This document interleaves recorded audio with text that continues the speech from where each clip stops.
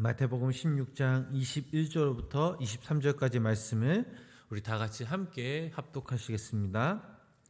이때로부터 예수 그리스도께서 자기가 예루살렘에 오다가 장로들과 대제사장들과 서기관들에게 많은 고난을 받고 죽임을 당하고 제3일에 살아나야 할 것을 제자들에게 비로소 나타내시니 베드로가 예수를 붙들고 항변하여 이르되 주여 그리 마옵소서 이 일이 결코 주께 미치지 아니하리이다. 예수께서 돌이키시며 베드로에게 이르시되 사탄아 내 뒤로 물러가라. 너는 나를 넘어지게 하는 자로다. 내가 하나님의 일을 생각하지 아니하고 도리어 사람의 일을 생각하는도다 하시고 아멘. 오늘도 거룩한 주 이 새벽 하나님의 귀한 은혜와 사랑이 함께 하시길 주님의 이름으로 간절히 축원합니다. 베드로의 신앙 고백 후 있은 직후 예수님은 제자들에게 처음으로 자신이 고난을 받고 십자가에 죽으셨다가 3일 만에 부활하실 것임을 가르치신 내용이 바로 오늘 본문 말씀의 내용입니다. 이처럼 예수님께서 베드로의 신앙 고백 후에야 당신의 십자가의 고난을 예고하신 것은 십자가의 고난의 비밀은 예수님의 정체를 분명하게 알고 있는 사람만이 이해할 수 있는 그런 하나님의 진리였기 때문입니다. 그러나 불행하게도 베드로는 오늘 이 본문에서 신앙 고백과 또 주님의 기대와는 달리 예수님의 고난을 만류하다가 주님으로부터 호단 책망을 들을 수밖에 없었습니다. 주님은 당신의 십자가의 고난을 이해하지 못하고 만류하는 이 베드로를 책망하시는 것 즈음하여 제자들이 하나님의 영광을 얻기 위해서는 자기 십자가를 지고 주님을 쫓아야만 할 것임을 교훈하셨는데, 이는 이 땅의 천국을 사모하는 하나님의 천국 백성들이 날마다 명심해야 할 교훈이기도 합니다. 우리 다시 한번 본문 21절 말씀을 우리 함께 읽어보도록 하겠습니다.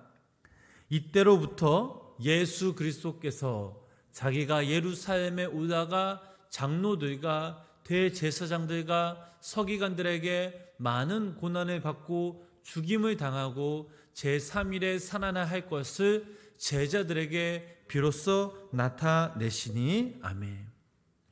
예수님이 이 땅에 오시어 제자들에게 그리고 많은 사람들에게 참된 메시아로 오신 자신의 인격과 삶을 보여주셨습니다.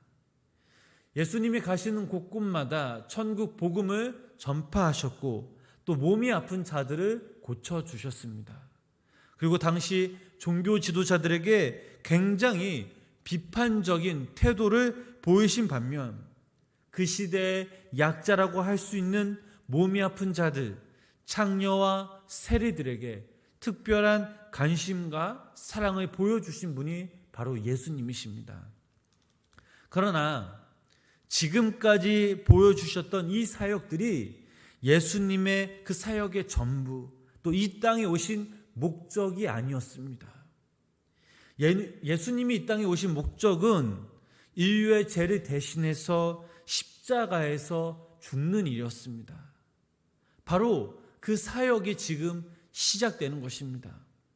그래서 제자들에게 자신이 누구인가를 확인시켜 주었습니다. 왜 이 땅에 왔는지를 구체적으로 가르쳐 주셨습니다. 즉 십자가의 길을 말씀해 주신 거죠. 십자가의 길은 고통스럽고 외로운 길입니다. 지금 그 길을 예수님께서 가시려는 것입니다. 성도님 여러분, 만사에는 모두 때가 있습니다. 전도서 3장 1절 말씀을 읽어보면 범사의 기한이 있어 천하 만사가 다 때가 있나니 라는 말씀이 있듯이 하나님은 그 누구보다 항상 적절한 그 때를 기다리셨습니다. 그리고 지금 이 순간이 바로 예수님이 십자가의 길을 가야 할 때였습니다. 계속해서 본문 22절 말씀을 우리 함께 읽어보도록 하겠습니다.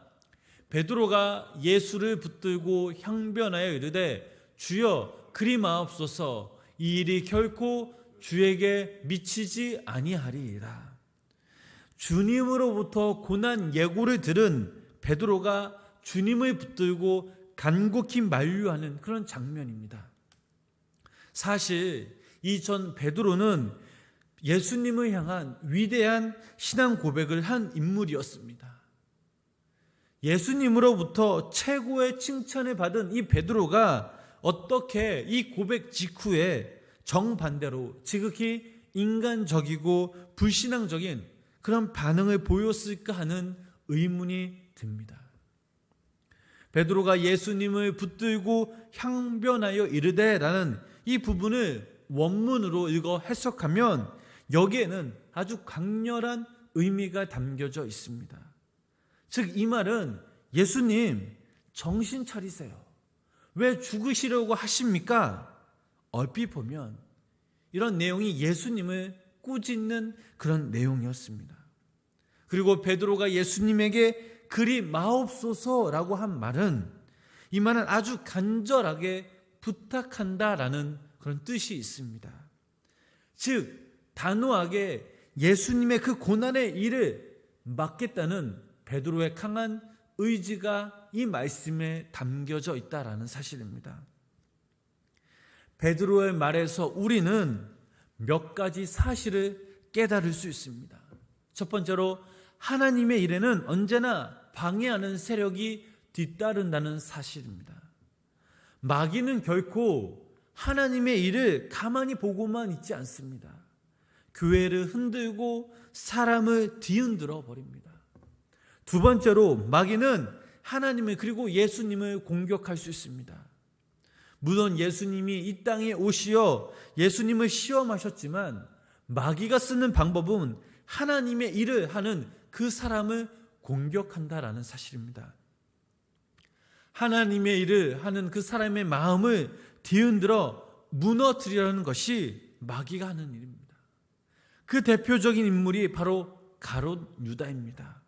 또한 이렇게 베드로도 공격하였습니다. 그러니 물론 우리들도 공격할 것입니다. 마귀에게 수많은 공격을 받은 베드로가 우리들에게 이렇게 권면하였습니다. 베드로전서 5장 8절 말씀 우리 함께 읽어보도록 하겠습니다. 근신하라, 깨어라, 너희 대적 마귀가 우는 사자같이 두루다니며 삼킬 자를 찾나니. 계속해서 9절 말씀 읽어보겠습니다. 9절 말씀입니다. 말씀이 없나요? 함께 읽어보겠습니다. 제가 읽겠습니다. 너희는 믿음을 굳건하게 하여 그를 대적하라. 이는 세상에 있는 너희 형제들도 동일한 고난을 당하는 줄 알미라 라고 베드로는 우리들에게 이렇게 권면하였습니다. 세 번째로 하나님의 길을 막는 인간적인 생각입니다. 베드로가 왜 지금 예수님을 말렸을까 하는 질문을 보면 그의 마음 가운데 인간적인 마음과 생각이 있기 때문입니다. 인간적인 생각이 아무리 좋아도 하나님의 의를 이루지 못합니다. 결국 마귀의 종노릇을 하게 됩니다. 베드로는 아직까지 성숙하지 못한 그런 제자였습니다. 베드로의 위대한 신앙 고백은 그의 신앙이 성숙해서가 아닌 바로 성령님께서 그의 입을 열어주신 것입니다. 그러므로 여기 모인 우리들은 우리의 삶, 우리의 입술, 우리 모두가 하나님의 사람으로서 날마다 성령님의 이끄심에 살아가는, 무엇보다 전적으로 하나님께 우리의 삶을 맡기는 하나님의 천국 백성이 되길 주님의 이름으로 간절히 축복합니다. 계속해서 본문 23절 말씀을 우리 함께 읽어보도록 하겠습니다. 예수께서 돌이키시며 베드로에게 이르시되 사탄아 내 뒤로 물러가라. 너는 나를 넘어지게 하는 자로다. 내가 하나님의 일을 생각하지 아니하고 도리어 사람의 일을 생각하는도다 하시고. 아멘. 십자가의 사건을 말씀하시는 예수님을 붙잡고 그리마옵소서라고 만류하는 베드로를 향한 주님의 진노와 강한 책망의 말씀이 있습니다. 또한 예수님께서 돌이키셨다라는 행동은 베드로의 그 태도의 정면으로 반박하는 것을 보여주시는 행동이셨다는 사실입니다. 예수님은 지금 베드로가 인간적인 생각과 무엇보다 마귀의 공격을 받고 있다라는 사실을 알고 계셨습니다. 그렇게 더욱더 적극적으로 공격하고 대적하셨습니다. 그리고 사탄아 내 뒤로 물러가라 라고 말씀하셨습니다. 예수님이 지금 사탄아라고 말씀하신 것은 베드로의 마음 가운데 있는 베드로를 교묘하게 이용하여 충동질하고 속이고 파괴하며 하나님의 일을 방해하는 그 사탄의 세력을 보시고 꾸짖은 것인 겁니다. 그렇다면 오늘날 이러한 베드로의 행동을 보고 이 땅에 살아가는 우리들은 어떤 그리스도인들일까요? 우리의 교회 숫자나 교회 규모나 이런 게 다 전부가 아닙니다. 우리가 외적으로는 모두 그리스도인이라고 하지만 사실 내적 동기와 목적에 있어 정말 우리가 진정 그리스도인이라고 부를 수 있는지 우리 스스로 돌아봐야 합니다. 성경을 읽어보면 주님을 따르겠다고 하는 사람들이 너무나 많이 있습니다. 그러나 그들 가운데 진정 주님의 뜻을 알고 그분과 함께 끝까지 동행하였던 그 사람들은 극소수에 불과하였습니다. 왜냐하면 그들 가운데 많은 사람들은 주님이 보여주신 이적과 능력, 세상적인 영광을 또 바라보고 주님을 쫓았기 때문입니다. 즉 그들은 진정 영원한 진리와 생명을 사모하기보다는 자신의 이익을 위한 그런 수단으로 명목상의 그리스도인들이었기 때문입니다.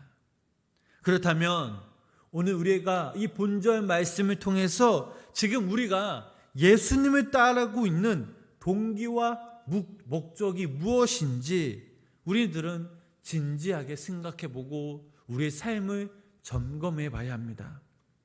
우리가 진정 하나님의 나라와 그의 영광을 위해 주님을 쫓는 것이 아닌 어떠한 세속적 이익을 또 바라보고 주님을 따른다면 주님의 말씀처럼 하나님의 영광을 우리 스스로 가리우게 될 것입니다. 아니 오히려 주님의 마음을 아프게 하고 주님의 손과 발에 못을 박는 사람들이 될 것입니다. 베드로를 향한 주님의 이 책망의 말씀, 이 말씀이 우리에게도 동일하게 임한다는 그 사실을 깨닫는 우리 성도님 되시길 축복합니다. 베드로처럼 주님을 우회하고 세상의 이익, 영광을 위해 주님을 따랐던 것이 있었더라면 이 시간, 아니 오늘 하루 우리가 예배 드리면서 이 모든 것을 떨쳐버리고 오직 주님의 그 마음으로 새롭게 되어 온전한 믿음의 자세로 주님을 따르시는 귀한 성도님들 되시길 주님의 이름으로 축복합니다. 사랑하는 성도님 여러분, 주님께서는 하나님의 일보다 사람의 일을, 사람의 마음을 더 생각하는 베드로를 보시고 그들 사람이라고 칭하셨고 혹독하게 말씀으로 책망하셨습니다. 그리고 주님을 따르는 참된 제자가 되려면 세상의 모든 것을 다 버리고 오직 자기를 부인하는 온전한 마음으로 자기 십자가를 지고 주님을 따를 것을 말씀하셨습니다. 바라기는 우리 여기 모인 우리 성도님들이 또 영상을 통해 예배드리는 우리 성도님들이 십자가 없이 주님을 따르는 자 혹은 모든 것을 얻고도 참 생명을 잃는 실패자들이 아닌 주님을 향한 온전한 마음으로 참된 제자의 길을 우리가 함께 걸어감으로써 마지막 그날에 하나님이 주신 영원한 생명을 얻고 그 영광에 참여하시는 귀한 믿음의 성도님들 되시길 주님의 이름으로 간절히 축원합니다. 기도하겠습니다. 하나님, 오늘 주신 말씀을 우리가 다시 한번 깊이 되새겨보고 생각하면서 우리의 중심, 우리의 삶의 모습을 되돌아봅니다.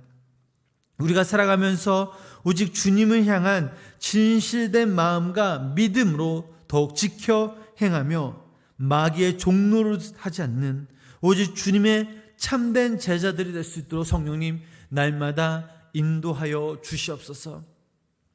거룩하고 복된 주일날 이 새벽에 하루의 첫 시간을 예배로 시작하게 하심에 감사합니다. 또한 오늘 하루 우리가 예배 드릴 때에 우리가 마음과 뜻과 정성을 다해서 주님께 예배하게 하시고 한 주간 살아갈 때 이 예배의 능력, 말씀의 권세와 하나님 주신 그 은혜를 붙잡고 우리가 한 주간 예수님의 이름으로 승리하며 믿음으로 살아가는 귀한 성도님 되게 하시고 오늘 드려지는 이 예배를 통해서 우리가 말씀에 귀 기울이며 말씀을 붙잡고 순종할 수 있도록 더욱더 이 예배를 통해서 하나님의 귀한 은혜를 깨닫고 더욱더 주님만을 바라볼 수 있는 귀한 믿음의 성도님들 되게 하여 주시옵소서. 또한 아버지 하나님, 오늘도 이 새벽에 아버지 하나님, 우리가 더욱더 주님께 간구하며 갈급한 심령으로 주 앞에 믿음으로 기도하며 나아갑니다. 우리가 간구하는 모든 기도 제목들 하나님께 아뢰오니 하나님 들어주시옵고 하나님께서 우리의 그때 하나님이 그때 응답받는 놀라운 역사가 우리 가운데 임하게 하여 주시옵소서. 예수님의 이름으로 간절히 기도드렸습니다. 아멘.